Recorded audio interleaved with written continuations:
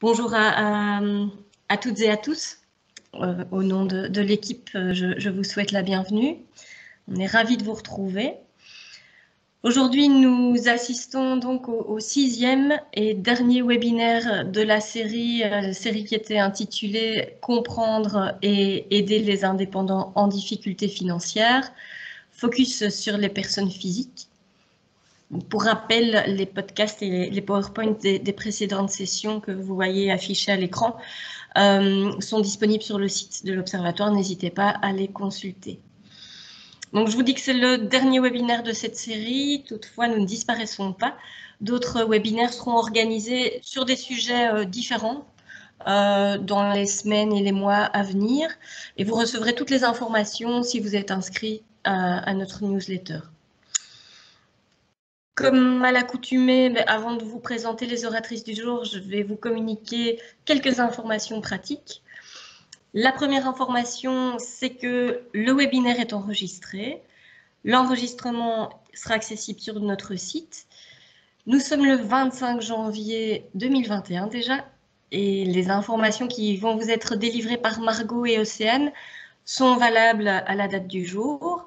Donc, c'est un petit avertissement. Si vous réécoutez le podcast de l'événement d'ici quelques temps, ayez toujours bien ça à l'œil que certaines informations ne seront peut-être plus valables.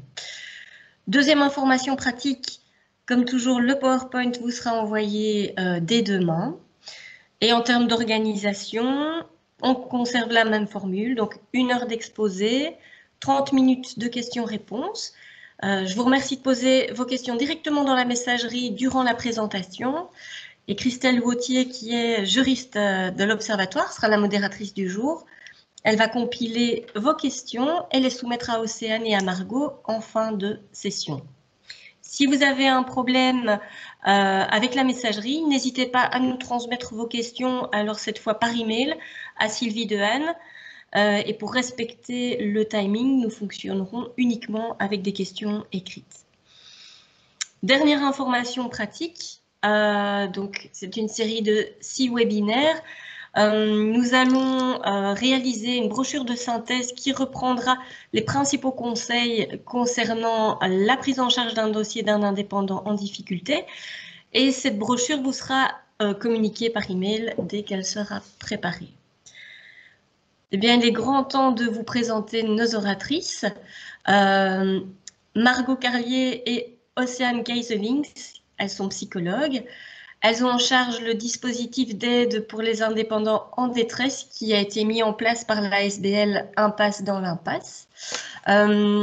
Océane, Margot, je vous laisse la parole jusqu'à 14 h et je vous remercie déjà.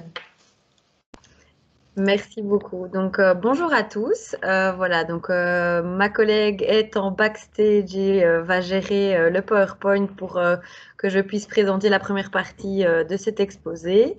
Et donc, moi, c'est Margot Carlier. Je suis psychologue au sein de la SBL Impasse dans l'impasse, en charge du projet pour les indépendants. Donc, comme vous le voyez ici, ma collègue Océane est également psychologue en charge également du même projet, donc pour les indépendants en détresse. Par rapport à notre formation, nous sommes tous deux cliniciennes et ma collègue donc a fait un master complémentaire en psychologie du travail et j'ai moi-même réalisé une formation en victimologie et psychotraumatologie, ce qui fait que notre binôme est assez complémentaire dans l'approche des indépendants. Car effectivement, ça relie beaucoup le travail et les traumatismes que cette crise Covid a créé chez eux dans divers pôles, que ce soit financiers, administratifs, émotionnels, psychologiques. Et enfin voilà, on va voir un petit peu les impacts et le fait que qu'est-ce qu'a fait crise chez l'indépendant ces dernières années et qu'est-ce qu'on a mis en place du coup pour les prendre en charge. Donc ici, le plan de cet exposé, on va d'abord vous expliquer qui on est, la SBL Impasse dans l'impasse, c'est quoi. Ensuite, on parlera du suicide en quelques chiffres, on parlera du plan Get Up Wallonia du dispositif d'aide pour les indépendants en détresse que nous avons mis en place, qui se divise donc en 2 phases, une part par une ligne d'écoute et une autre part par un projet Sentinelle. Et ensuite, nous vous parlerons de notre réseau de partenaires et des perspectives que celui-ci va avoir dans le futur. Donc l'ASB, l'impasse dans l'impasse, elle a vu le jour assez récemment, depuis 2018. En 2013, nous avons été élus centre de référence en matière de prévention du suicide.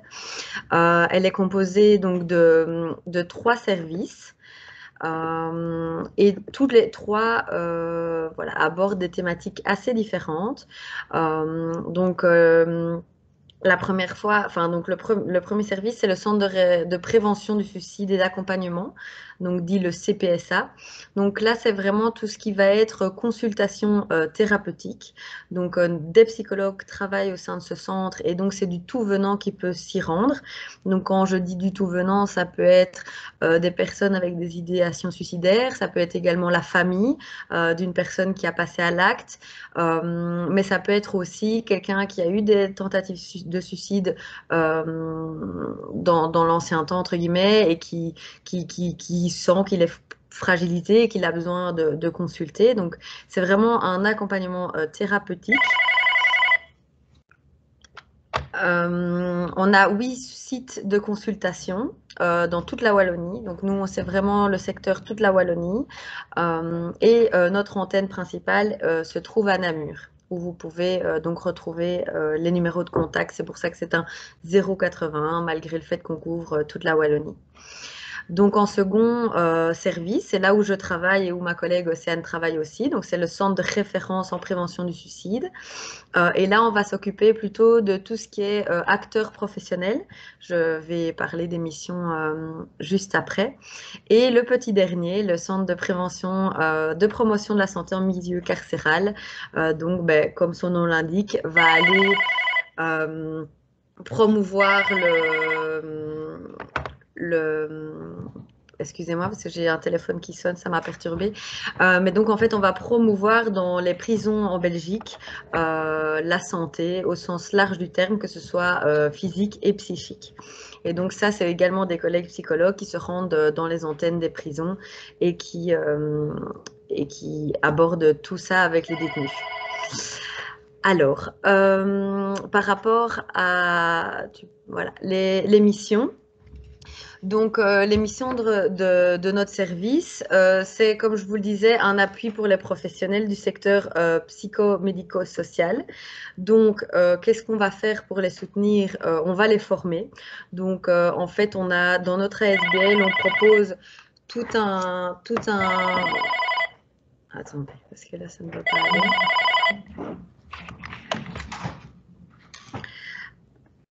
Voilà, donc en fait, la ligne d'écoute est dans mon bureau, donc c'est pour ça qu'on est un petit peu dérangé par le téléphone, donc je tiens à m'excuser pour ce désagrément.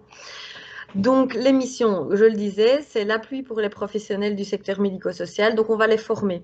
Les former à quoi? À pouvoir prendre en charge des personnes qui sont dans des détresses suicidaires ou en tout cas qui ont des grosses difficultés à pouvoir gérer leurs émotions ou leur quotidien. Et donc, on va former ces professionnels dans toutes ces formes, psychomédico-sociales, mais donc ça peut être tant des infirmiers que des médecins, ça peut être également aussi des personnes qui travaillent en tant qu'assistants sociaux dans la réinsertion professionnelle. Enfin voilà, là on est vraiment sur tout venant de professionnels, et donc on va les sensibiliser à ça. On diffuse également toutes les informations par rapport à la prévention du suicide, donc que ce soit des newsletters, la page Facebook, on essaye de sensibiliser un maximum les personnes à la prévention du suicide. On s'occupe également de soutenir la mise en place d'événements en lien avec évidemment la même problématique. Donc on participe à des colloques, à des assemblées générales. On se rend également dans les universités où on est invité en tant qu'intervenant. Par exemple, pour parler de la question du suicide chez les adolescents. Enfin voilà, on essaye vraiment de se positionner en tant qu'acteur de la prévention. On aborde voilà, tout ce qui est promotion de formation. Donc, comme je vous le disais, on a plusieurs formations que l'ASBL délivre et donc on promouvoit ça via également les réseaux sociaux, mais également nos contacts et autres. Ensuite, on s'investit dans la recherche en matière de suicidologie. Donc, comment on fait? C'est-à-dire qu'en fait, on a l'IWEBS et Sciensano qui nous envoient tous les chiffres. Donc, en fait, il faut savoir que le suicide, étant donné que c'est assez compliqué, donc c'est une mort qui est dite violente, le temps qu'on acte, en fait, les personnes qui décèdent par suicide, souvent, les données mettent 3 ans à arriver. Et donc, on dispose uniquement des données. Par exemple, cette année, on vient de recevoir les années 2017. Donc, on sait seulement analyser les chiffres de suicide dans l'année 2017. Donc ça, c'est vrai que par exemple, par rapport à la crise Covid, il nous est très difficile de pouvoir analyser le taux de suicide pendant la crise parce que le temps que certaines enquêtes se font et les statistiques se font, on a toujours année -3 les chiffres. Donc, on les interprète et on fait des conclusions, analyses. Et alors, en dernier, on sensibilise la population générale à la prévention du suicide. Voilà, c'est ce qu'on fait aujourd'hui. On va vous parler d'un dispositif qui va pouvoir peut-être vous permettre d'avoir plus d'outils quand vous serez face à un indépendant surtout, mais aussi à une personne tout venante par rapport à des idéations suicidaires. Donc le suicide, en quelques chiffres, c'est quoi? Alors le suicide, c'est un mot qui fait souvent peur, mais il faut savoir que le suicide, c'est une dernière étape de tout ce qui est des aides qui ont échoué avant. Et donc c'est pour ça que c'est important d'en parler. Et donc le suicide, il faut savoir qu'en Belgique, on est déjà un très mauvais élève européen. On est dans le top 5 européen des pires taux de suicide. Donc on est en matière voilà, de décès par suicide un très mauvais élève. En plus, en Wallonie, il y a beaucoup plus de suicides qu'en Flandre et à Bruxelles. Donc, c'est un ratio d'habitants. Hein, mais donc, on est, en plus d'être un mauvais élève d'un point de vue européen, on est en Belgique le mauvais élève en Wallonie. Et donc ici, voilà, on remarque que les 25-44 ans, il y a 731 personnes qui sont décédées en 2016. Donc en 2016, donc je vous propose de prendre voilà, connaissance des chiffres. Mais donc, il y a beaucoup de personnes qui se suicident, qui sont des travailleurs actifs, mais également des gens qui sont au chômage et en incapacité de travail. Donc, comme je vous le disais, les indépendants sont le sujet de cette présentation, ou en tout cas le sujet de notre initiative. C'est parce qu'on se rend compte qu'il y avait déjà une détresse chez les indépendants en amont du Covid. Donc, il faut savoir qu'il y avait, avant le Covid, déjà un décès d'indépendants tous les 3 jours, donc ce qui est énorme. Et clairement, voilà, on n'a pas, comme je vous le disais, les chiffres aujourd'hui, mais on peut facilement, malheureusement, s'imaginer que les chiffres seront plus importants ces derniers temps. Et donc, en moyenne, 65 indépendants par an se suicident. Donc voilà. Donc nous, de quoi émane un petit peu ce dispositif? Il émane du dispositif Get Up Wallonia. Donc en fait, le dispositif, enfin en tout cas le constat qui a été fait, c'est que la crise clairement avait un impact considérable sur la santé mentale de la population, sur celle des soignants, sur celle des professionnels de première ligne et surtout également sur les personnes isolées et fragilisées déjà de base. Et donc le gouvernement a décidé de dégager des moyens exceptionnels pour renforcer et surtout adapter l'offre de services chez certains secteurs de la santé mentale. Donc c'est le 22 avril 2020 que, en réponse à la crise, des moyens supplémentaires ont été initiés et a été voilà, mis sur pied le Get Up Wallonia. Et donc parmi les mesures urgentes que Get Up Wallonia a initiées, c'était de viser un soutien plus renforcé du secteur de la santé et en particulier la santé mentale. Alors, Get Up Wallonia, donc comme je vous le disais, c'est renforcer à grande échelle pendant 1 an l'écoute et le soutien psychologique à la population et aux professionnels et aux personnes qui travaillent dans des institutions, car on sait que tant les personnes qui sont prises en charge, mais également les personnes qui prennent en charge ont parfois des grandes difficultés à gérer tout ce qui se passe un petit peu autour de nous.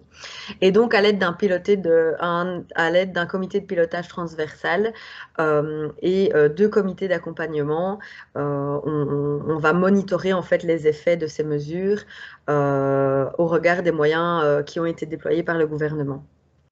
Et donc, ici, par exemple, en octobre 2020, il y a eu 26 ETP en plus pour le secteur des assuétudes, car voilà, au regard de la crise, on s'est rendu compte qu'il y avait une demande dans ce secteur-là. Et donc, ça c'est compris vraiment dans la dynamique du Guide de Wallonia pour l'inscrire dans le temps et pour renforcer l'offre de la santé mentale.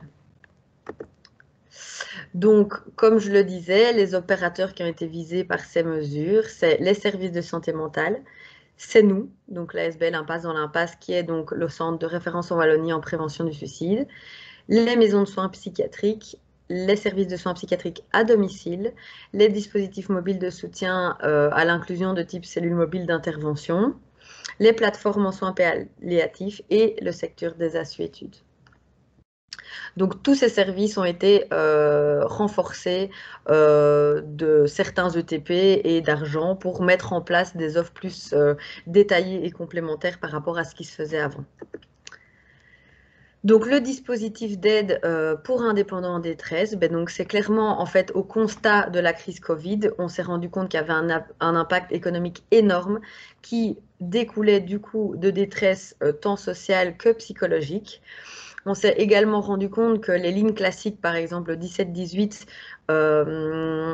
comprenaient quasi 30% d'appels qui concernaient les indépendants. Et donc, on s'est dit, voilà, il faut pouvoir répondre à ça. La détresse de l'indépendant, elle est là. Et donc, il faut créer un truc qui leur est spécifique. Et donc, c'est pour ça que notre dispositif a vu le jour. Et donc, c'est avec des collaborations avec le 17-18, la VIC, le SPE, mais également le cabinet de Christy Montréal, que nous avons mis sur pied le dispositif d'aide aux indépendants en détresse. Donc, clairement, la santé mentale des indépendants n'a pas été du tout favorisée parce que, voilà, comme vous le savez, certains ont dû fermer leur établissement, leur magasin, leur entreprise, sur lesquels, ben voilà, des fois, souvent même, l'intégralité de leurs revenus repose. C'est également compliqué dans le sens où les indépendants, leur vie privée est souvent enchevêtrée avec la vie professionnelle.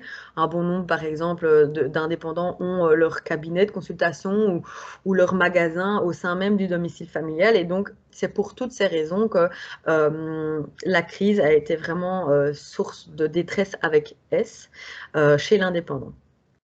Donc, ce dispositif, il s'est basé sur un dispositif qui existe déjà en France, qui s'appelle APESA France, et qui est mis en place depuis quelques années, et les chiffres sont vraiment encourageants. Et donc, au regard de ça, on s'est dit, voilà, on va se baser là-dessus, et on va le créer et essayer de l'installer dans toute la Wallonie.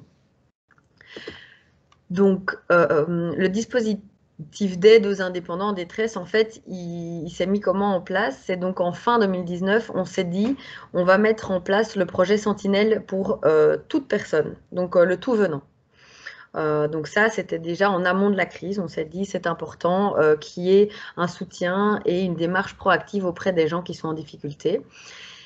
Et donc, au regard de la crise et des difficultés des indépendants, on s'est dit, oui, d'accord, le dispositif tout venant est intéressant, mais il faut absolument qu'on fasse un focus sur les indépendants parce que voilà, ils ont des difficultés qui leur sont propres.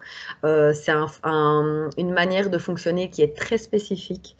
Les indépendants, ils se sont faits tout seuls, ils ont l'habitude de se débrouiller par eux-mêmes et donc clairement, la demande d'aide est beaucoup plus compliquée chez les indépendants que chez des personnes, entre guillemets, autres. Et donc, il fallait vraiment répondre à cette demande qui était particulière. Et donc, qui dit demande particulière, il leur fallait vraiment un dispositif qui leur était dédié. Donc, ce dispositif, en fait, qu'est-ce que c'est? En fait, ce dispositif, c'est pour répondre aux besoins des indépendants. On a imaginé un dispositif qui allait être en 2 phases. Donc, comme je vous le disais, d'un côté, une ligne d'écoute et de l'autre côté, un support psychologique proactif. Alors, la proactivité, elle s'explique comment? c'est qu'en fait, on propose aux indépendants de joindre la ligne, donc c'est le 0800 325. C'est des psychologues qui sont au bout du fil. Ces psychologues sont formés dans la prévention du suicide et donc on leur propose un suivi. Et ce suivi, c'est nous qui rappelons après, donc c'est la ligne d'écoute qui rappelle l'indépendant pour lui proposer de l'aide, que ce soit soutien, réorientation, voilà, on aborde plein de thématiques. Et donc, c'est vraiment l'idée que l'indépendant ne doive pas vraiment faire la démarche d'aide, en fait. Et ça, c'est important. Il peut appeler la ligne quand il veut. Donc ça, c'est vrai que c'est un côté contrôlant que l'indépendant affectionne. Il appelle quand il en a envie. Et il sait qu'il aura quelqu'un au bout du fil qui sera dans la bienveillance et qui pourra l'aider. Donc ça, c'est vraiment important, les deux phases du dispositif. C'est le support psychologique de la ligne d'écoute et le réseau de sentinelles. Donc, par rapport à la ligne d'écoute, elle a été ouverte le 15 juillet 2020. Donc, cette ligne d'écoute, c'est donc, comme je vous le disais, le 0800 325. Elle est accessible du lundi au vendredi de 8h30 à 17h. Alors, certains d'entre vous vont peut-être questionner les créneaux horaires. Effectivement, c'est des créneaux horaires qui sont dits un petit peu fonctionnaires. On a déjà eu des remarques par rapport à ça, mais voilà, la réalité fait que on a déjà pu avoir la chance d'avoir des moyens pour mettre ce dispositif en place. En plus de ça, c'est des psychologues qui sont au bout du fil, donc voilà, il faut former ces gens-là. Et en plus, comme on pratique un processus de proactivité, même si les gens qui appellent en dehors des horaires, le lendemain seront rappelés par les psychologues de la ligne et on ne les laisse pas sans rien. Notre répondeur en dehors des lignes redirige vers des lignes plus classiques si vraiment c'est une urgence, s'ils ont vraiment énormément besoin de parler et qu'ils se sentent très seuls, ils peuvent téléphoner par exemple au 107 qui est une ligne d'écoute gratuite H24 et qui est tout venante. Et nous, on les rappelle de toute façon le lendemain pour qu'on rediscute de pourquoi ils ont fait appel à la ligne. Donc ça, c'est voilà, ça on essaye de se défendre par rapport à ça. Et donc, comme je vous le disais, c'est deux psychologues qui sont à l'écoute et on propose 4 appels en général. Donc ça, c'est dans les missions, on propose 4 appels. Après, on est conscient qu'il y a certains indépendants qui auront besoin de moins parce que c'est juste des fois un petit coup de pouce dans un moment qui n'est pas évident. Et donc, en 2 appels, voilà, ils ont pu voir d'autres perspectives. C'est aussi des fois un appel parce qu'en fait, la détresse, elle est peut-être d'abord financière et ils sont arrivés sur notre ligne d'écoute un petit peu par hasard. Et donc, nous, grâce justement à une connaissance du réseau autour de l'indépendant, on va le réorienter pour qu'il trouve forcément solution à son problème. Et puis, des fois, des indépendants voilà, sont dans de grosses détresses. Et donc, des fois, c'est 4, voire peut-être même un peu plus, parce qu'ils ont vraiment besoin d'un soutien et d'aborder des thématiques qu'on ne peut pas faire en un entretien, quoi. Donc voilà, ça c'est quand même très adaptatif.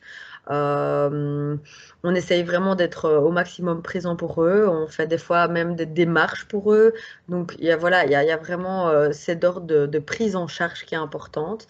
Et c'est vrai que on le sait que bien que voilà, la démarche de l'indépendant pour le moment est fort compliquée. Il y a beaucoup de paperasse, ils ne savent pas vraiment à qui s'adresser. Et donc, voilà, nous, le but, c'est de raccrocher où on sait que l'indépendant a eu réponse à sa question. Et donc, ça, c'est vraiment, en tout cas, notre maître mot. Et alors, la réorientation. Et donc là, comme je vous le disais, des fois, on a des appels où c'est, oui, on se sent pas bien, mais c'est surtout parce que je suis en attente, par exemple, du droit partiel et je n'ai pas de coordonnées de contact. Alors là, nous, on est en capacité forcément de réorienter cette personne et de pouvoir lui offrir une solution. Donc ça, c'est vraiment en ce qui est la ligne d'écoute, en tout cas le dispositif de ligne d'écoute.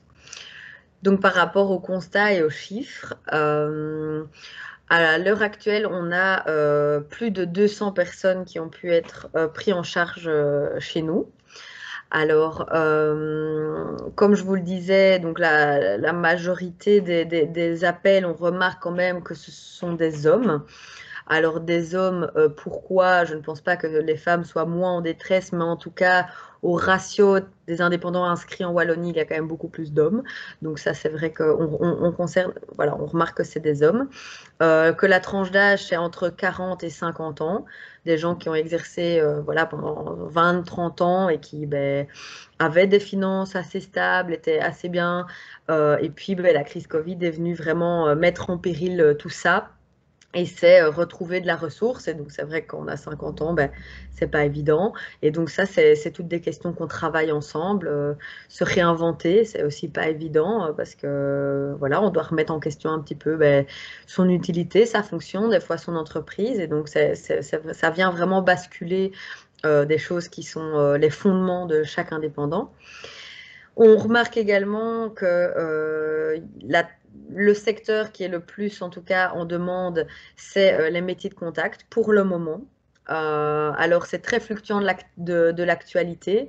On a eu tout un temps pas mal d'oreca.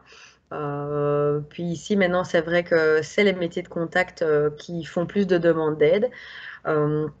Donc voilà, mais comme je vous le disais, c'est vraiment fluctuant de l'actualité. Et alors, les détresses qui sont évoquées, c'est économique pour la plupart d'abord, et puis sous-jacent forcément psychologique, car on a fort remarqué que les détresses étaient intimement liées. Quand on a des grosses détresses économiques, forcément, ça joue sur le moral, qui forcément joue sur l'ambiance à la maison, qui forcément joue sur la santé mentale, que ce soit des fois on ne sait plus dormir ou on est à fleur de peau, enfin voilà. Donc c'est toutes des détresses qui sont vraiment en lien entre elles et donc c'est dénoué une par une pour pouvoir mieux se sentir. Et donc c'est important d'offrir un soutien psychologique, même si d'emblée c'est peut-être pas la première détresse qui va venir. On remarque sous-jacent aux détresses économiques, il y a quand même de grosses détresses psychologiques et donc là, notre dispositif prend tout son sens. Comme je vous le disais, l'actualité joue beaucoup sur la ligne d'écoute et donc par exemple en novembre avec l'annonce du reconfinement, il y a eu énormément d'appels parce que voilà, le reconfinement a été quand même quelque chose qui fait que ça a dû être tenu en longueur. Il y a des indépendants qui, pendant le premier confinement, se sont débrouillés, ont été cherchés dans leurs économies, pensant que c'était à court terme et qu'on allait trouver des solutions. Et donc voilà, maintenant, les mois passent et on se rend compte que on est toujours dans la crise Covid et donc forcément, c'est pas évident. Et donc l'annonce de ce reconfinement a été vraiment un coup de massue pour certains. Et donc on a eu beaucoup plus d'appels en novembre, effectivement. Donc voilà un petit peu, ça c'est vraiment le premier pôle de ce dispositif. Maintenant, je vais passer la main à ma collègue. Je vois qu'il y a des notifications, mais je m'en occuperai. Enfin, je ne sais pas comment on va fonctionner. Je pense qu'on regardera toutes les questions à la fin. Oui, je vous propose de faire comme ça si ça vous convient. Oui, voilà. Donc, n'hésitez vraiment pas, par rapport à la partie que je viens de présenter, à réagir sur le chat, à poser vraiment toutes vos questions et on les reprendra une à une à la fin de la présentation. On essaiera d'y répondre au mieux. Donc voilà. Je vais passer maintenant la main à ma collègue Océane qui, elle, va vous parler donc de l'autre pôle du dispositif. Hop.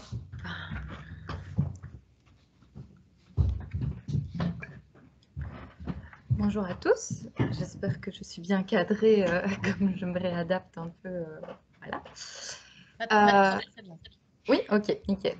Donc voilà, moi je vais vous parler, comme ma collègue vous a dit juste avant, du projet Sentinelle, donc qui est la deuxième phase du dispositif d'aide pour les indépendants.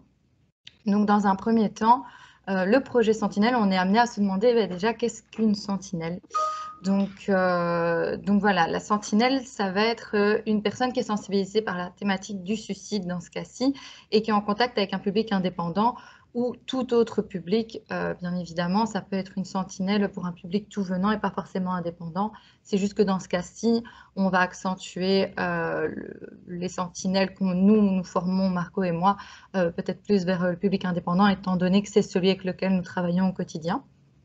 Et par la suite, on peut se demander pourquoi une sentinelle. Oui. Ah, je pensais qu'il y avait un écho, j'avais cru qu'on me parlait, pardon. Donc par la suite, on peut se demander pourquoi une sentinelle.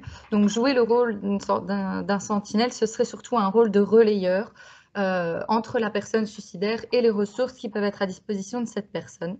Donc ce rôle de relayeur, je vais vous expliquer un peu plus en détail par la suite en quoi il consiste, mais ce serait principalement, en résumé, identifier la personne en détresse, identifier sa détresse aussi, et voilà, avec l'accord de la personne, la réorienter vers les personnes pouvant lui apporter l'aide nécessaire selon la détresse qu'elle a.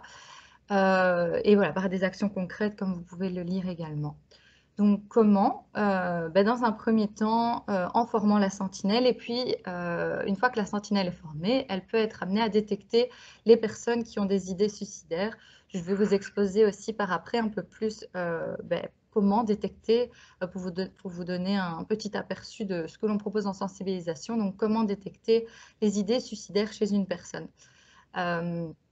Et également faciliter la demande d'aide chez la personne en détresse. Effectivement, comme ma collègue Margot l'a dit précédemment, les indépendants, on remarque que ce sont des personnes qui ont assez bien de mal à demander de l'aide. Il y a cette fierté qui est omniprésente et c'est déjà assez difficile pour eux de faire une demande d'aide financière, parfois de se retrouver au CPAS, parfois voilà, c'est un peu compliqué pour eux. Ils ont peut-être l'impression de demander un peu l'aumône quelque part. Donc c'est vrai que c'est des démarches très compliquées. Donc imaginez d'autant plus quand il s'agit d'une détresse psychologique qui est déjà une détresse dans la société assez stigmatisante.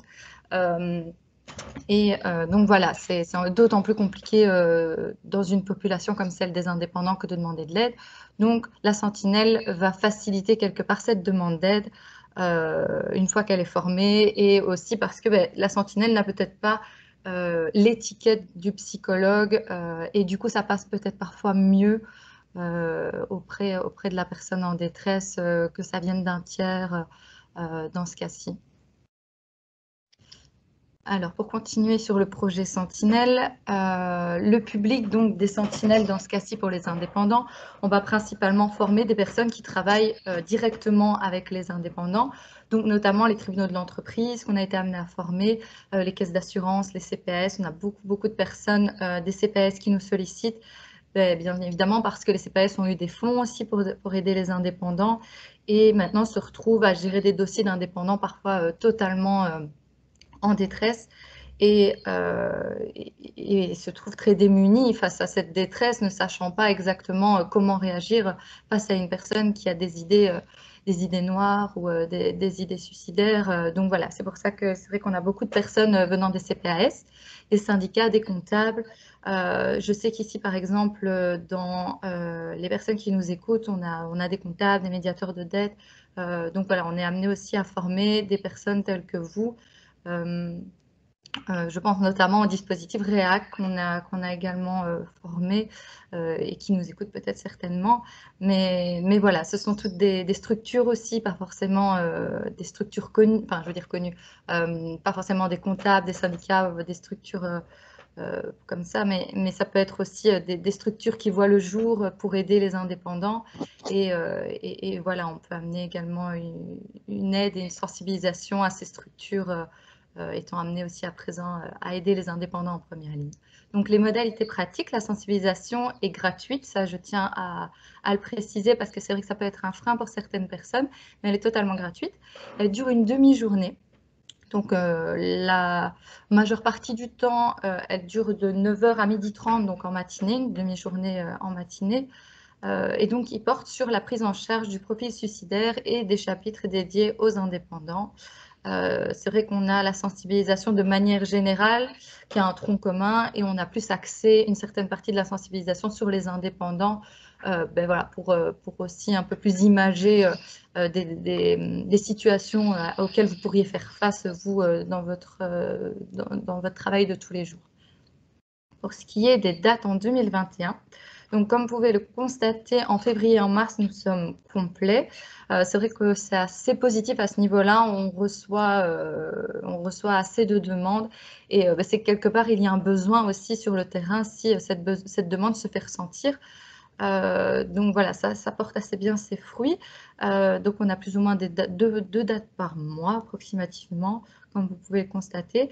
Et alors ce que l'on propose aussi, c'est pour les structures, si par exemple vous êtes une dizaine, aux alentours de 10, d'une même structure à vouloir vous sensibiliser, on peut créer une date uniquement pour vous, et puis voilà, s'adapter à votre agenda, trouver un accord et former les mêmes personnes, enfin les personnes d'une même structure en tout cas, si jamais c'est nécessaire. Parce que ce qui nous intéresse quelque part, c'est vraiment voilà, d'avoir un maximum de personnes à sensibiliser pour que déjà sur le terrain, on puisse être armé comme il faut pour aider les indépendants et les personnes en détresse au mieux. Alors, pour ce qui est des apports de la sensibilisation, comme je vous ai dit tout à l'heure, voilà, un exemple de ce qui pourrait vous être amené lors de la sensibilisation, c'est donc dans un premier temps, quand vous entrez en contact avec l'indépendant, c'est de détecter sa souffrance. Donc l'entendre et la comprendre, c'est le plus important. Valider sa souffrance et ses émotions. Donc avec des phrases telles que je vois que la situation est très difficile pour vous, qu'est-ce qui vous amène à être dans cet état-là? Et voilà, essayer de déceler un peu ce qui ne va pas chez la personne et lui laisser la parole pour ce qui est de sa souffrance. Alors je sais que ce n'est pas forcément dans vos missions. La majeure partie d'entre vous sont amenés à travailler sur des dossiers avec les indépendants, par exemple. Enfin, voilà, vous n'êtes pas là pour avoir un rôle de psychologue, c'est ça que je veux dire. Mais je pense que quelque part, ça valorise la personne que de savoir qu'elle est écoutée, elle est entendue, en plus d'être prise en charge par rapport à son dossier au niveau de financièrement, par exemple. Donc c'est vrai qu'à ce niveau-là, voilà, c'est des petites phrases qu'on vous donne pour mener au mieux les interactions que vous avez avec un indépendant en détresse. Par après, ce qui est aussi important, c'est de briser l'isolement et de proposer les relais sentinelles. Donc, demander à la personne si elle est bien entourée, s'il y a des personnes autour d'elle, voir un peu ses ressources, si elle a des gens qui sont là pour l'aider, si elle est fortement isolée ou non. Et voilà, voir un peu avec elle vers qui la réorienter, comment est-ce qu'elle pourrait être prise en charge pour briser son isolement au mieux. Et puis voilà, conclure l'entretien et par exemple lui dire que ça n'a pas dû être simple pour elle de vous parler de sa situation, de ses difficultés, la remercier pour sa confiance. Ce sont toutes des choses, toutes des phrases et des mots qu'on n'a peut-être pas l'habitude, auxquels on ne pense pas forcément quand voilà, on est amené à être face à une personne qui a des idées noires. Donc ça, c'est un très bref aperçu de ce que la sensibilisation pourrait vous apporter.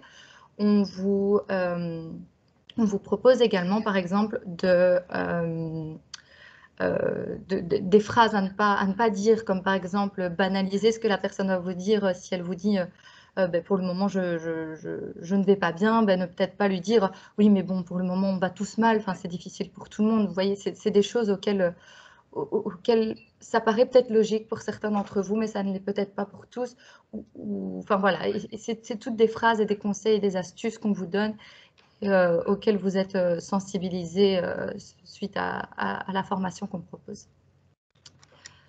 Alors, on a également une fiche alerte. Donc, comme je vous disais tout à l'heure, la sentinelle, lorsqu'elle détecte la personne en détresse, va être amenée à remplir une fiche alerte avec cette personne en détresse afin de nous renvoyer la fiche alerte. Pour que nous, quand on la reçoit, on sache le numéro de la personne, son nom, son prénom, comment est-ce qu'on peut la prendre en charge si c'est quelqu'un qui est en difficulté financière et psychologique ou uniquement psychologique, ou s'il y a d'autres facteurs à prendre en compte, ses besoins, etc. Donc voilà, cette fiche alerte, elle a à remplir avec l'accord, bien évidemment, de la personne en détresse, vous ne serez pas amené à réorienter une personne en détresse si elle ne le veut pas. C'est primordial, c'est ce qu'on demande en tout premier lieu, c'est que la personne soit d'accord d'être prise en charge et aidée. Parce qu'on ne peut pas travailler avec quelqu'un qui n'a pas envie, qui n'est pas motivé, on va dire, à faire cette démarche. On ne peut pas la forcer, bien évidemment. Donc voilà, cette fiche alerte, il y a plusieurs informations à remplir qui sont évidemment confidentielles. Ma collègue et moi-même sommes tenus au secret professionnel en tant que psychologue, donc d'office. Et donc voilà, c'est un formulaire en ligne, mais on peut également vous l'envoyer en Word. Enfin voilà, on a eu des situations où les gens en avaient besoin en version papier. Enfin bref, on s'adapte à toute situation à ce niveau-là. Alors, pour ce qui est de l'accompagnement, toujours de la sentinelle, on ne vous laisse pas à la dérive une fois que vous êtes sensibilisé avec les personnes en détresse, hein, bien sûr. Vous n'êtes pas là non plus pour prendre toute la souffrance du monde sur vos épaules. C'est pourquoi on propose des intervisions entre sentinelles à l'aide d'un groupe Facebook qui voilà, a vu le jour il y a peu et qui permet du coup aux sentinelles sensibilisées de partager leurs émotions et de poser aussi des questions et de faciliter l'entraide. Donc par exemple, une sentinelle aura une situation dans laquelle peut-être elle se sent au piège ou elle ne sait pas trop comment réagir face à telle personne qu'elle revoit la semaine prochaine. C'est l'occasion, tout en anonymisant bien sûr le cas, c'est l'occasion de partager sur cette situation et de demander l'avis d'autres sentinelles. Et puis nous, on est là aussi pour encadrer et pour répondre à vos questions si nécessaire. Donc voilà, vous n'êtes pas seul à ce niveau-là, vous êtes bien évidemment encadré pour ce qui est des intervisions. Et on propose aussi des supervisions qui pourront être envisagées par la suite. C'est vrai qu'on attend un peu, parce que là c'est assez récent, on a commencé à former les sentinelles, vous le verrez après au mois de début décembre, oui. Donc c'est vrai que c'est assez récent, on attend que le processus se mette un peu en marche et puis on proposera également des supervisions qui permettront d'échanger voilà, autour, encore une fois, des expériences rencontrées, donc des situations dans lesquelles vous aurez eu peut-être plus de difficultés, ou vous vous sentez peut-être bloqué, ou vous sentez par exemple que cette personne a vraiment besoin d'être réorientée, c'est nécessaire, mais vous ne savez pas comment amener les choses auprès de cette personne, vous ne savez pas comment voilà, lui faire entendre raison quelque part qu'elle a besoin d'aide. Donc nous sommes là pour à ce niveau-là vous encadrer. Il n'y a pas de souci. Alors, par la suite, on a également, donc comme je vous ai dit, un réseau de psychologues. Comme je vous ai dit, la personne en détresse que la sentinelle nous renvoie va être réorientée vers des psychologues. Alors, il y a ma collègue et moi, mais voilà, il y a aussi un autre réseau de psychologues qui prendront en charge et que nous formons également sur le côté, qui prendront en charge donc les personnes en détresse que les sentinelles seront amenées à réorienter. Donc, ce sont des psychologues cliniciens. Et alors, la formation des psychologues, elle est de 2 jours. Elle est aussi gratuite, mais celle-ci est de 2 jours. Pourquoi? Parce que le psychologue ne va pas faire un travail de lanceur d'alerte, mais va aller plus en profondeur, va faire un travail de suivi. Et donc, voilà, sur la durée, ça s'inscrit à plus long terme. Et c'est pour ça que les psychologues sont plus formés, en tout cas, à ce niveau-là. Et ici, on va parler de formation, et les sentinelles, ce sera plus une sensibilisation, parce que la sensibilisation, voilà, le but, ce n'est pas de vous former à la prise en charge des profils suicidaires, à la psychologie à ce niveau-là, mais plus de vous sensibiliser et de savoir comment réagir face à ce type de profil. Pour ce qui est des psychologues, donc il y a 5 dates de prévues d'ici juin 2021, qui ont toutes été complètes rapidement, en 2 jours, si je me rappelle bien. Donc encore une fois, on était agréablement surpris parce qu'on se dit qu'il y a un certain besoin dans la population si les gens acceptent de participer à ce type de dispositif assez facilement. Et quelque part, c'est que c'est nécessaire à mettre en place sur le territoire wallon, en tout cas pour le moment.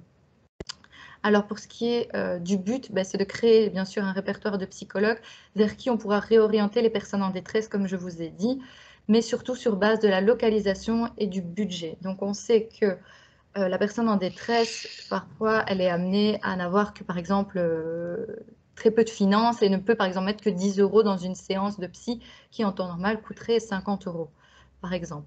Voilà, on va essayer parce que le psychologue sera amené à nous donner le prix selon un plafond qu'il est prêt à demander au patient. On va essayer de réorienter la personne en détresse selon son budget vers le meilleur psychologue, on va dire le psychologue le plus adéquat selon ses besoins. Voilà, par rapport à notre répertoire de ressources et selon sa localisation aussi, parce que la personne n'est pas forcément apte à traverser toute la Wallonie pour aller faire un suivi psychologique et n'a peut-être pas du tout le temps et l'énergie que de faire ça. Donc on essaye vraiment de s'adapter au mieux aux besoins de la personne en détresse et de lui offrir une aide pertinente, en tout cas selon sa situation actuelle, donc en s'adaptant à son budget principalement. Alors, pour ce qui est de la suite, donc notre constat par rapport à ce dispositif on a commencé à former au mois d'octobre les psychologues, si je me rappelle bien, et au mois de décembre les sentinelles. À l'heure actuelle, le 25 janvier, nous sommes à 66 sentinelles formées depuis le début décembre. Donc voilà, on continue sur la lancée à ce niveau-là. Et on a plus ou moins 50 psychologues depuis octobre. Et pour ce qui est de 2021, donc on a 16 sessions qui sont prévues pour les sentinelles. Je vous ai montré les dates un peu plus tôt. Voilà, pour mars et février, c'était complet. Mais voilà, il y a d'autres sessions qui vont certainement voir le jour aussi, parce qu'on sent que le besoin est assez présent.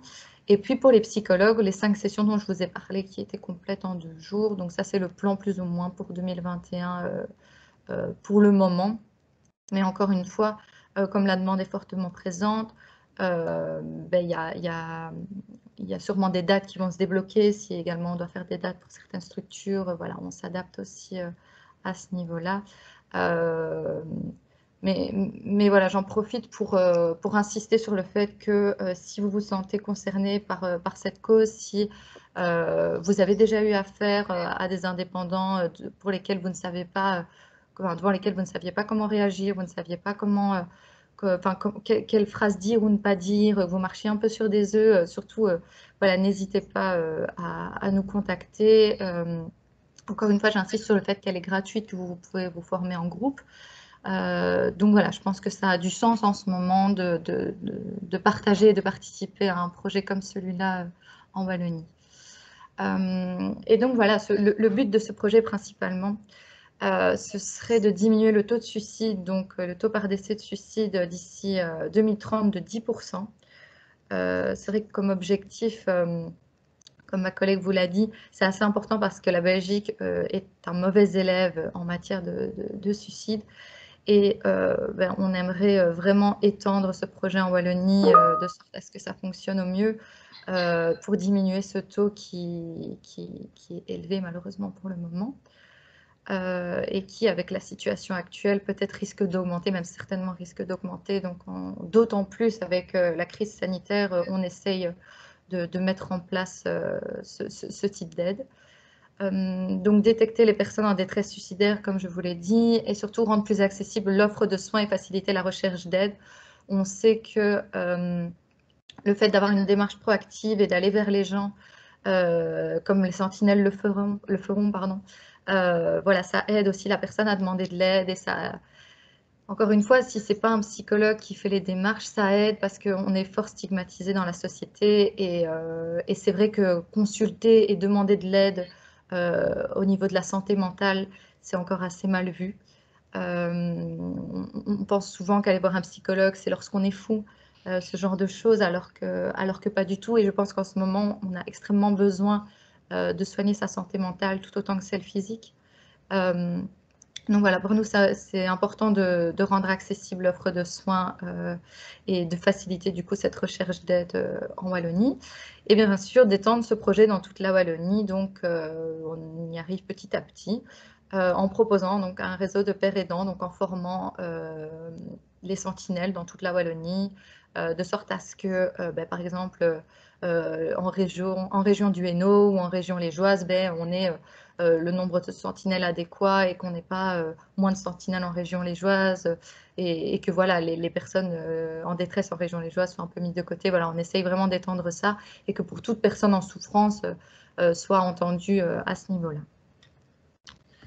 Alors, en résumé, parce que j'ai parlé beaucoup, mais un dessin peut tout résumer, ce sera beaucoup plus simple pour vous peut-être d'y voir plus clair.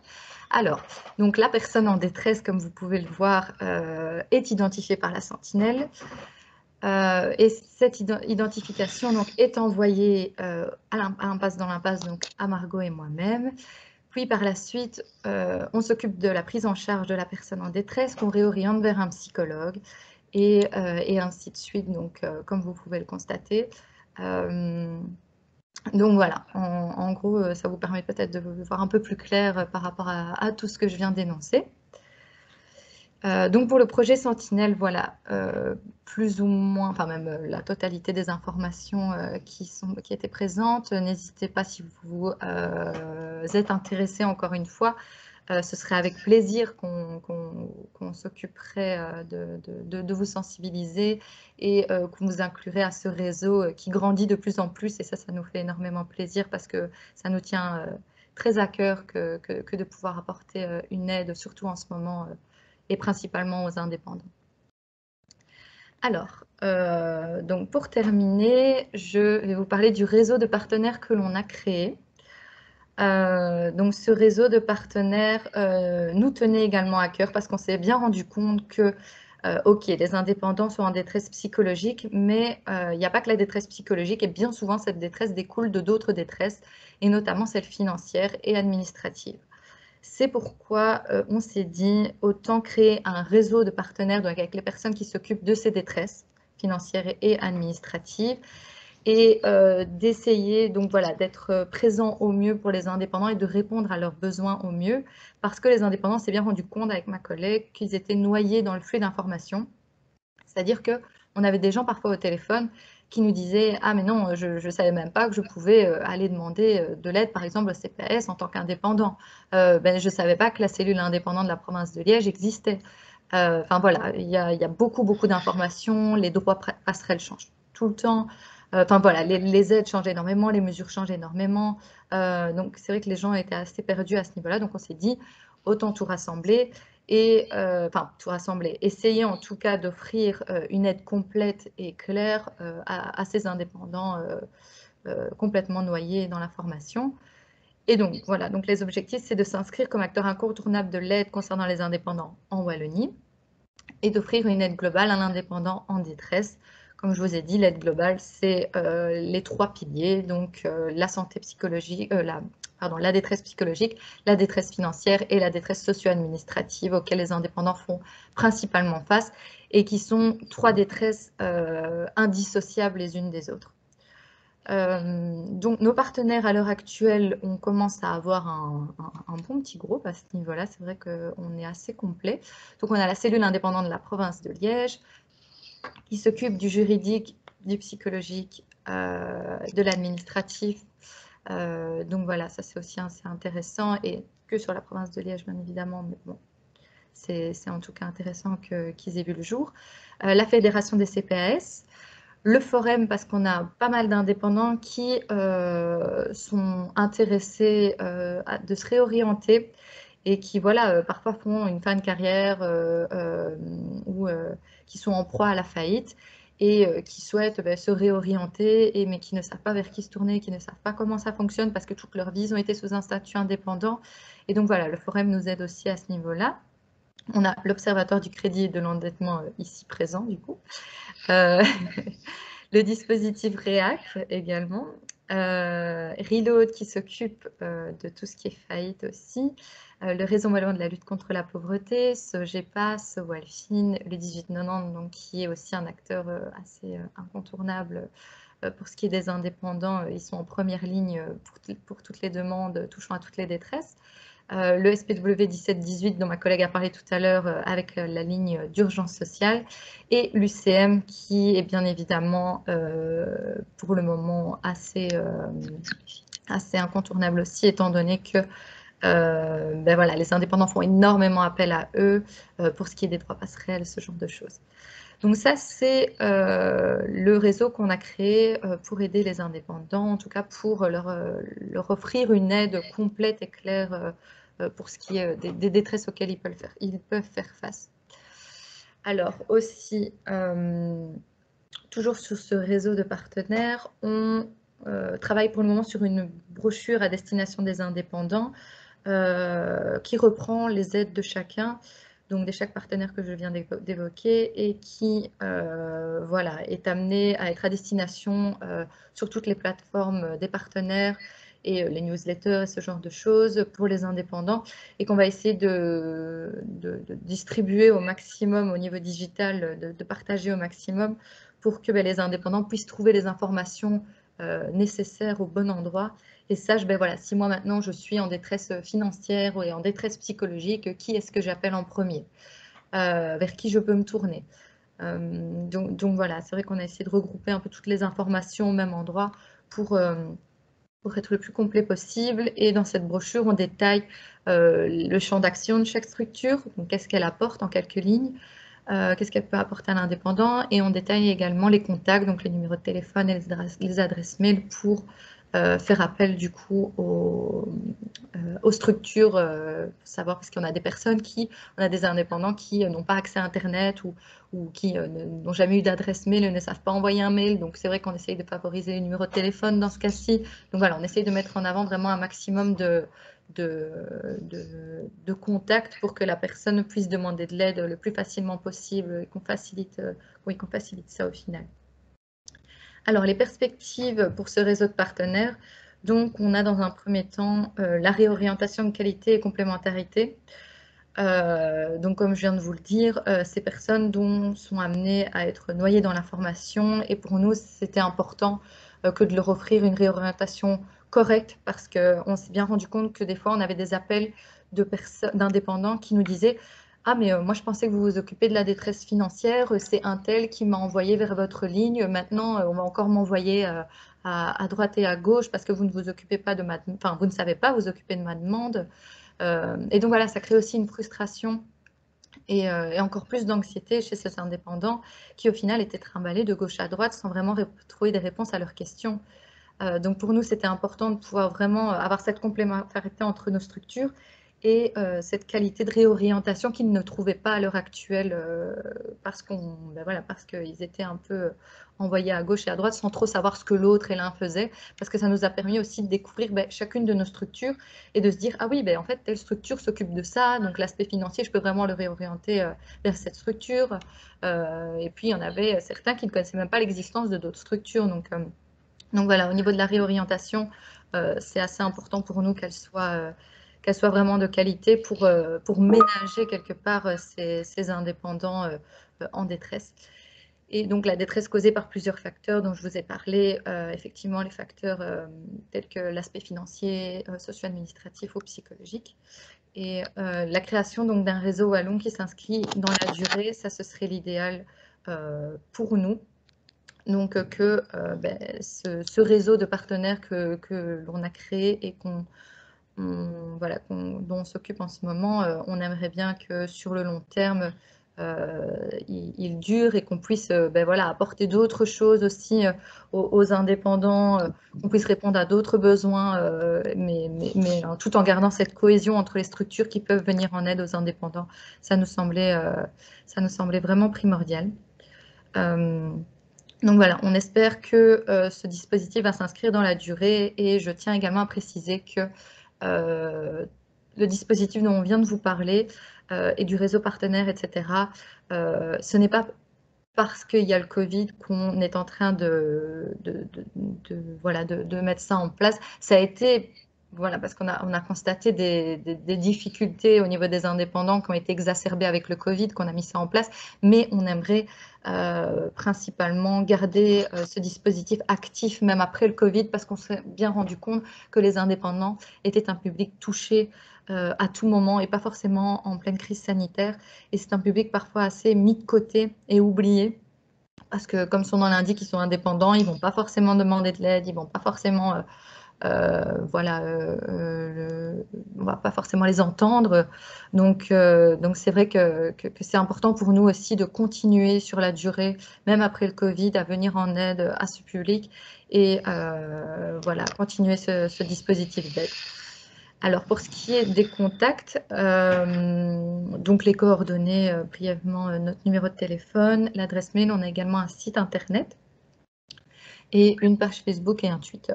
Donc, voilà, de manière générale, on peut nous contacter de toutes les manières qu'il soit.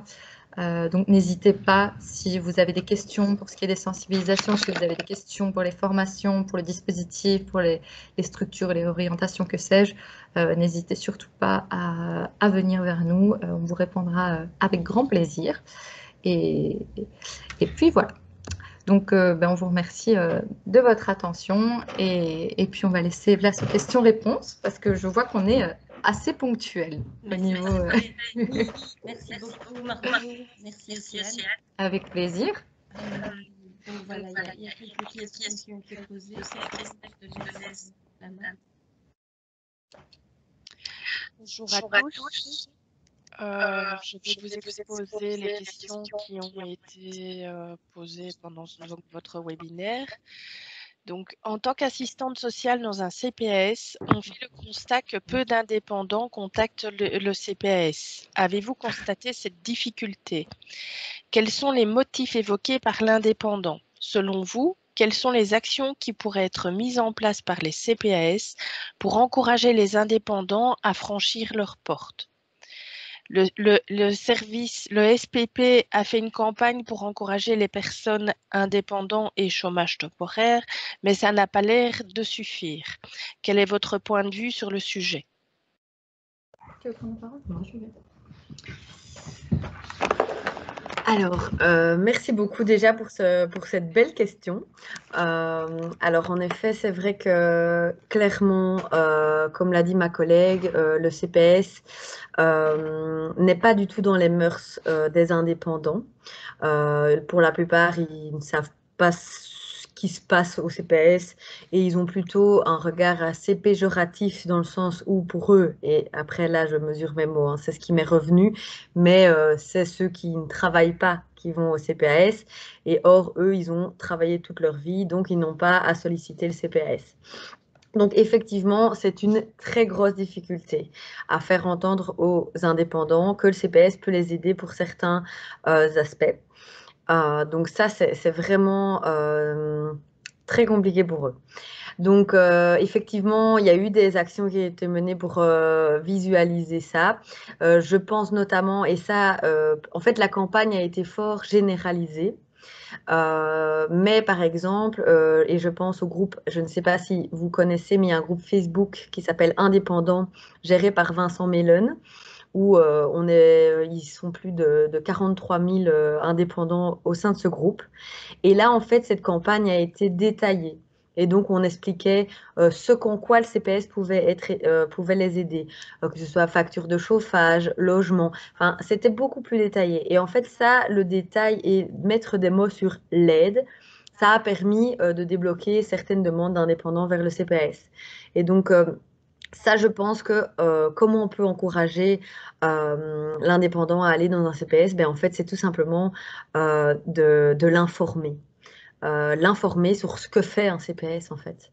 Et donc voilà, la campagne, elle n'a pas l'air de suffire parce que c'est compliqué. Après, il y avait énormément d'indépendants en amont de la crise qui ne savaient pas qu'ils pouvaient être éligibles aux aides dans les CPS.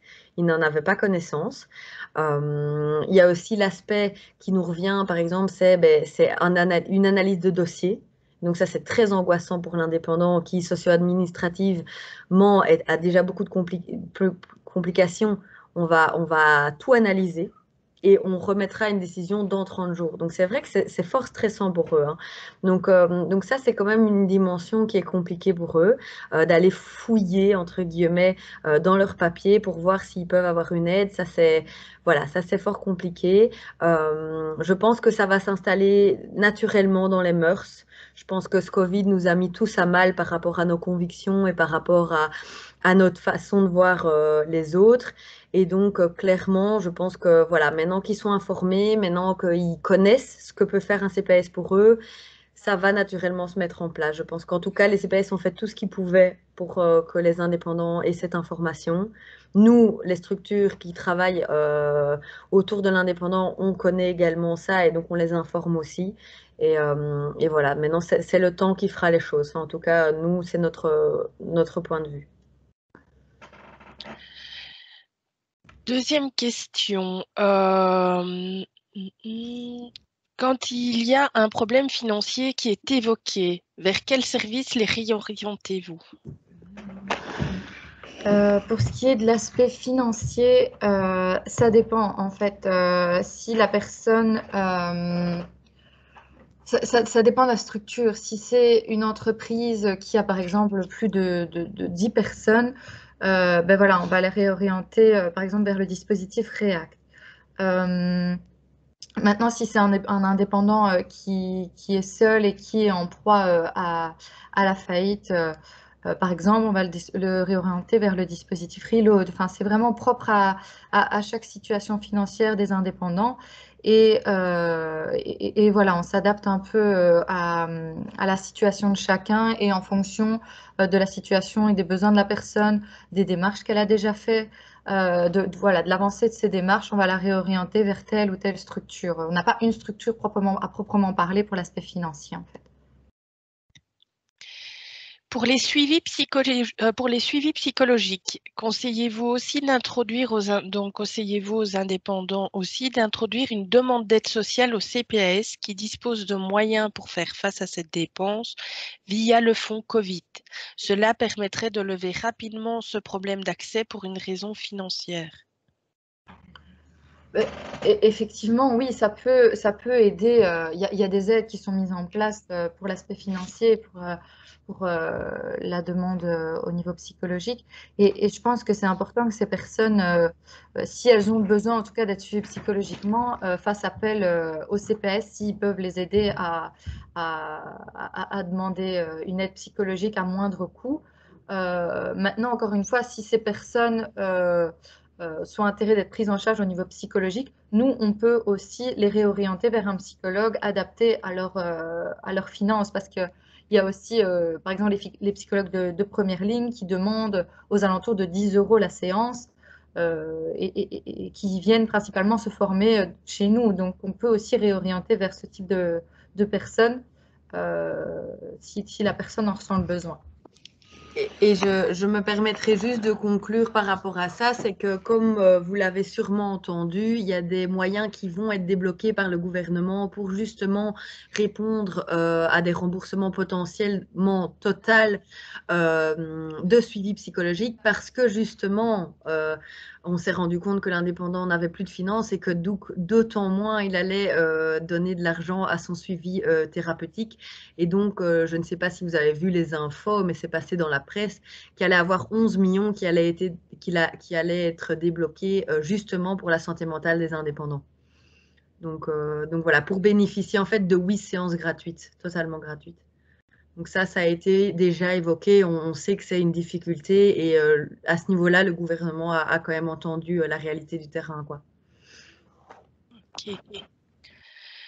Dans les régions rurales, il y a aussi de plus en plus de difficultés à avoir un rendez-vous rapidement avec des psychologues. Quelles sont vos pistes à ce niveau-là? Les services de santé mentale doivent-ils donner une priorité à ces indépendants? Je ne pense pas qu'il y ait une priorité à donner peut-être à l'un plus qu'à l'autre parce que je ne pense pas qu'il y ait je pense pas qu'il y a à catégoriser selon des degrés la détresse d'une personne ou de l'autre qui est peut-être plus intense. Enfin, je pense pas que ce serait logique de laisser la place en tout cas plus à l'un ou à l'autre. Maintenant, c'est vrai que l'offre et le soin dans certains secteurs, c'est assez compliqué. D'ailleurs, sur la ligne d'écoute, on a beaucoup de personnes isolées qui viennent de milieux voilà, par exemple, au milieu des champs, des bois, enfin, qui sont vraiment isolés. C'est vrai que dans ce cas-ci, la ligne d'écoute est assez intéressante parce que la personne ne doit pas se déplacer et on peut la prendre en charge à distance de manière gratuite. Donc voilà, c'est pour moi, en tout cas, dans ce cas-ci, si, encore une fois, on peut analyser selon la situation de la personne ce qui est possible de lui proposer, mais dans ce cas-ci, peut-être se tourner vers une ligne d'écoute dans un premier temps serait une solution peut-être adéquate à la situation de la personne qui est fortement isolée. Je ne sais pas si tu voulais me compléter. Tout à fait. Et puis c'est vrai qu'il y a, comme disait ma collègue, le réseau de psychologues de première ligne qui fonctionne vraiment sur un principe d'accessibilité et de localisation. Et donc peut-être se renseigner s'il y a des psychologues de première ligne dans leur région, autres, parce que donc les centres de santé mentale et les psychologues de première ligne, c'est pas la même chose. Et donc peut-être qu'effectivement, ça pourrait être intéressant de se référer à ce réseau-là qui est tant accessible d'un point de vue localisation, mais aussi accessible d'un point de vue prix. C'est un réseau, c'est vrai qu'on n'en parle pas beaucoup, mais c'est un réseau qui est très précieux. Enfin, en tout cas, pour nous, c'est vraiment très précieux de les avoir. Donc voilà, les lignes d'écoute et les réseaux de première ligne, ça peut être intéressant, oui, tout à fait.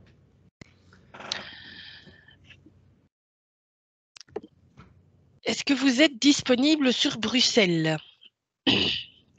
Alors, ça justement, ça c'est la grosse difficulté, c'est que nous en fait, on est vraiment, donc notre territoire, c'est la Wallonie. On sait qu'il y a une ligne générale de prévention du suicide à Bruxelles, mais on n'a à notre connaissance pas de dispositif spécifique pour les indépendants à Bruxelles. Et donc malheureusement, les Bruxellois sont un petit peu lésés à ce niveau-là. Voilà, après, si c'est vraiment une question de suivi psy, la ligne d'écoute est ouverte et évidemment, on sera là pour aider la personne. Mais par rapport à la réorientation, le territoire bruxellois n'est pas notre territoire. Voilà, donc ça, on ne sait pas les réorienter vers d'autres structures. Ça, on a méconnaissance de ce territoire-là. D'accord. Donc, une autre personne demande comment peut-on communiquer, comment peut-on faire savoir qu'on est une personne ressource au niveau financier et administratif? Comment faire savoir à l'indépendant, enfin, Oui. j'ai pas bien compris. Donc, comment faire savoir Oui. à l'indépendant que la personne est une personne ressource? Oui, où il peut, donc à quelle personne ressource en matière au niveau financier et administratif? Comment peut-on communiquer ces coordonnées? Mais comment communiquer les coordonnées de l'indépendant ou de la ressource des De la autres? personne ressource. Pour moi, c'est de la personne ressource. Mais donc justement, la brochure qu'on est en train de créer avec les partenaires prend tout son sens à ce niveau-là, dans le sens où, ben voilà, si la question a été posée, c'est peut-être que la personne a déjà eu le cas de se dire, ben voilà, j'ai un indépendant en face de moi et je ne sais absolument pas où l'envoyer. Et donc, d'où l'idée d'un petit visuel, entre guillemets, agréable qu'on distribuerait vraiment à tout azimut, enfin en tout cas à toutes les personnes qui sont en contact avec les indépendants, pour justement que ce cas-là ne soit plus possible de dire je ne sais pas où le réorienter, que les gens qui travaillent avec les indépendants aient connaissance justement des ressources tant financières qu'administratives qui existent à proximité et qui les sollicitent, quoi. Donc ça, c'est une question de communication, hein. Ça, on est tout à fait d'accord que la communication pendant cette crise a été compliquée. Après, il faut voilà, mettre dans le contexte que cette crise a un petit peu chamboulé tous les codes de tout le monde. Et donc, on est là-dessus. On sait qu'il faut une communication plus efficiente, plus simple, plus actualisée. On est OK avec ça. Et donc, on travaille là-dessus. Alors, nous avons une petite communication de Madame Dreyland, donc du Oui, dispositif Réaction. Voilà. je me suis un peu emmêlé les pinceaux, désolée.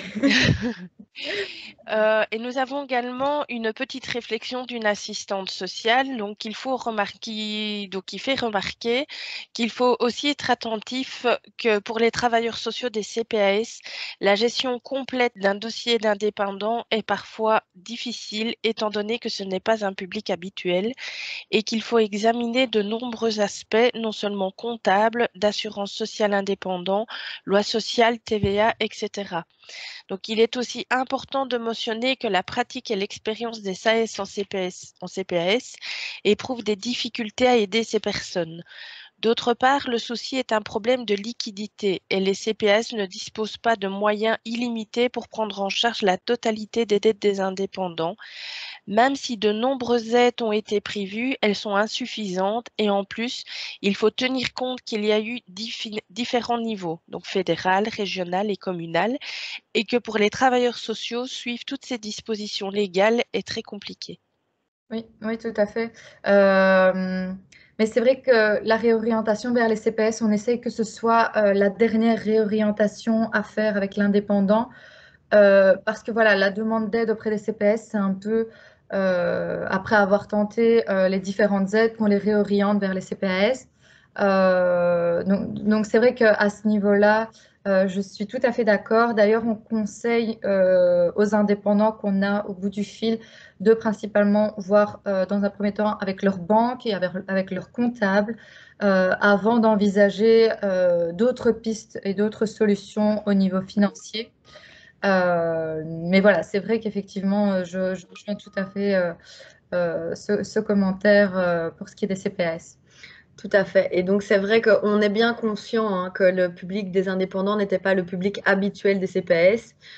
Et donc, nous-mêmes, hein, on essaye de clarifier aussi les attentes parce qu'on a des indépendants qui pensent que, entre guillemets, une fois la porte du CPS passée, ils vont recevoir des milliers d'euros sur leur compte. Donc, ça, on essaye aussi de travailler les attentes qu'est la démarche du CPS, de leur dire, voilà, oui, non, ils pourront peut-être vous aider par rapport à ce principe-là, par rapport à ça, ils pourront vous aider, mais ils ne vont pas malheureusement prendre en compte toutes les dettes, ça, ils ne le feront pas. Et donc ça, on travaille également aussi sur les attentes de l'indépendant, qui est, comme il est en grande détresse, des fois un petit peu voilà, impatient et c'est tout à fait normal. Mais bon, voilà. Donc, on sait très bien que dans les CPS, ça doit vraiment pas être facile pour le moment de d'éplucher des gens qui ont des fois eu aucune comptabilité ou qui n'ont pas géré ça comme on l'entend. Et donc ça, c'est tout à fait... donc voilà, nous, on prépare l'indépendant à ça, mais voilà, après, on ne sait pas tous les préparer, donc vous avez dû sûrement avoir des scènes un peu compliquées dans les CPS, et donc voilà, ça c'est la réalité Covid, malheureusement. Alors, Madame Drellan donc signale au CPS que les CPS peuvent poser leurs questions au dispositif réaction et qu'ils leur répondront au cas par cas. Ensuite, nous avons une proposition visiblement pour intervenir, donc pour rentrer dans votre base de données. Donc visiblement, il y a une association qui s'appelle RescueFin, donc qui peut gérer les problèmes de liquidité, ou en tout cas examiner la situation.